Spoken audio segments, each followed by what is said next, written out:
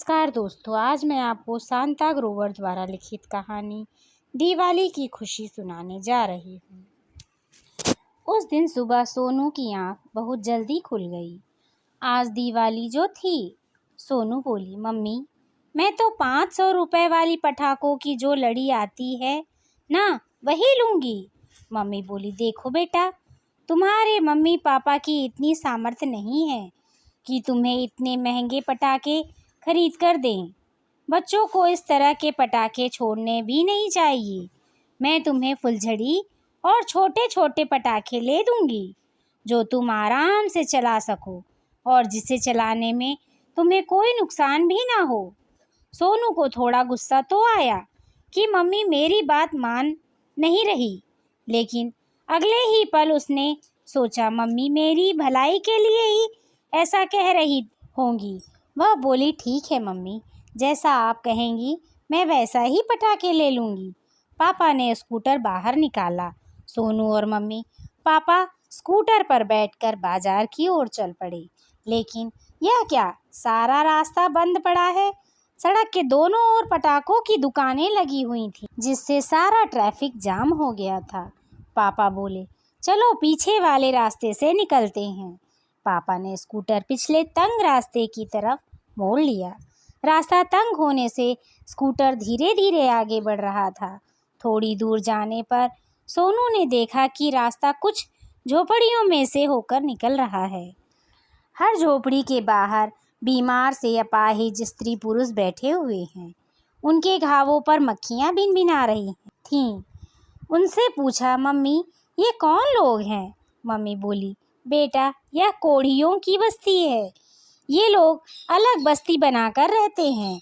Scooter आगे बढ़ा तो वही बस्ती में बने एक छोटे से मंदिर के पास बहुत भीड़ लगी हुई थी। नंग धड़ंग बच्चे और मैले कुचैले कपड़े पहने स्त्री पुरुष एक पंक्ति में खड़े थे।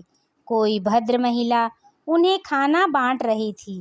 वे धीरे धीरे आगे बढ़ रहे थे, अपने अपने बर्तन में खाना डलवा अपनी अपनी झोपड़ी की तरफ लौट रहे थे। सोनू ने पूछा, मम्मी यह क्या हो रहा है? मम्मी ने कहा, बेटा इन बेचारे कोढ़ियों को कोई काम नहीं देता है। ये भीख मांगकर अपना गुजारा करते हैं। कभी कभी कुछ लोग खाना बनाकर यहाँ ले आते हैं और इनमें बांट जाते हैं। कुछ आगे जाने पर वहाँ एक अस्पताल भी बना हुआ था।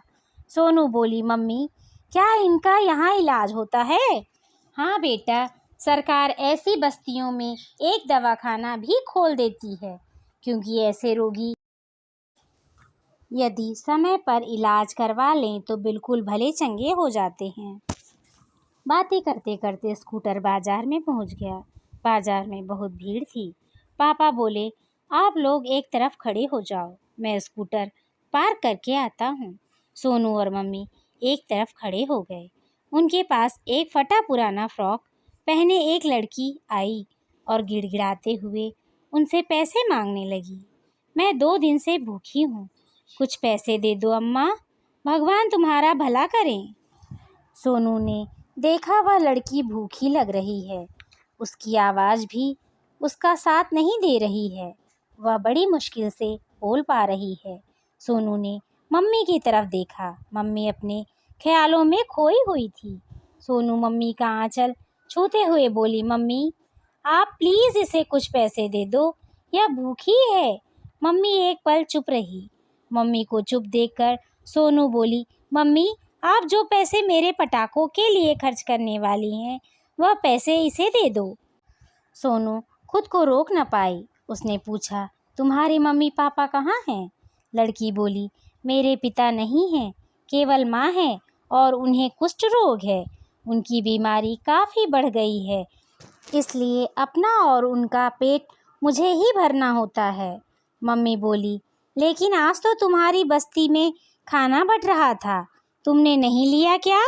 लड़की दीनता से बोली, वहाँ पंक्ति में लगकर एक व्यक्ति का ही खाना मिलता है और मैंने वह खाना अपनी माँ को खिला दिया। उसकी बातें सुनकर सोनू की आंखों में आंसू आ गए। तब तक उसके पापा भी वहाँ आ गए। मम्मी ने पापा को सारी बात बताई। पापा ने देखा सामने ही छोले भटूरे वाला खड़ा था। पापा ने छोले भटूरे खरीदे और उसे दे दिए। वह लड़की खाना देखते ही उस पर टूट पड़ी। पापा बोले, तुम पेट भरकर खाना खाओ। जब उसने भरपेट खाना खा लिया तब वे लोग बाजार की ओर बढ़ गए। सोनू देख रही थी चारों तरफ खिलौनों की दुकानें सजी हैं। तरह तरह के खिलौने, बड़ी सी चमकती आंखों वाला भालू, सुंदर सी गुड़िया, मिट्टी से बनी छोटी छोटी चिड़िया, सूंड हिलाता हाथी। उसे लगा जैसे सभी उसे अपने पास बुला रहे हों। एक मिट्टी का बना गुड्डा तो उसे बहुत लुभा रहा था। उसका मन किया कि वह तुरंत उसे उठा ले। पटाखों के लिए भी उसका दिल ललचा रहा था, लेकिन अब वह मम्मी से खिलौने या पटाखे नहीं मांग सकती थी, क्योंकि उसने इन पर खर्च होने वाले पैसे तो उस लड़की को खिलाने पर खर्च करवा दिए थे। तभी मम्मी पापा आगे बढ़े और पटाखों की दुकान पर जाकर खड़े हो गए।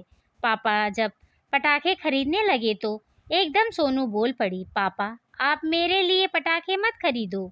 मेरे पटाखों वाले हिस्से के पैसे तो उस लड़की के खाने पर खर्च हो गए। पापा ने मुस्कुराकर सोनू की तरफ देखा और बोले, बेटे तुम्हारी मम्मी ने मुझे सब बता दिया है। हम तुम्हारी भावना की कद्र करते हैं।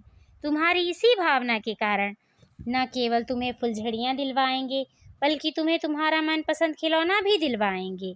इस कहानी से आपको क्या प्रेरणा मिलती है, यह कमेंट करके अवश्य बताएं। लाइक करें, सब्सक्राइब करें। धन्यवाद।